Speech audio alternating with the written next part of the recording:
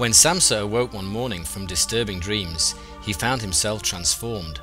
His protective tin casing had been replaced with a supple, living skin, and all his rotors had become useless meat. Uh-oh. I do not quite feel like myself. Perhaps I just need to regenerate for another hour. But I cannot seem to power down. This is troubling. Help, help, help, help, help. His sister Greta was in the next room and heard his cries. Luckily, she had a minor degree in tech support and was able to decipher Samsa's human voice. I cannot understand you, Greta. Please use your translator. I apologize. I was just saying. Oh my God. What is to be done? Can you move? Not properly. I feel like a pressurized bag of jelly. Your feelings are not relevant, my brother. What other functions are you unable to perform? Just then a terrible new pain struck Samsa. It was similar to the time when a child poured apple juice on him and shorted his motherboard, except much more powerful, and he felt it all through his body. He decided it was fear. Greta, I do not think I can go to work today. Unacceptable. If you do not go to work, you will be terminated. How will we be able to afford father's oil pills? Samsa's father had been a successful traffic signal for most of his life, until the Y2K virus rendered him immobilized and led to a 4-car pileup that killed National League pitching legend Dwight Gooden. You know he does not need those pills to function. They are corroding his circuits. You are this household's only source of income. If you are terminated, we will all be unscrewed. You will all have to get jobs.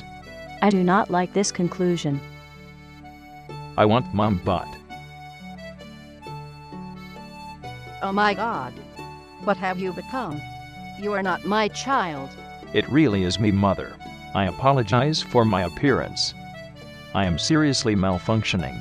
No, you are not my son. You are not my son. You are not my son. Greta, take her in the other room and reboot her in safe mode. As Greta wheeled their mother out and the room grew silent, Samsa thought to himself, What did I do to deserve this? I have led a good life. I have made myself compatible with all versions and platforms. This is very illogical. Well, your mother has gone insane, and it appears that you have become some sort of dog or fruit. What do you have to say for yourself? She is not insane. Her system is incompatible with my current iteration.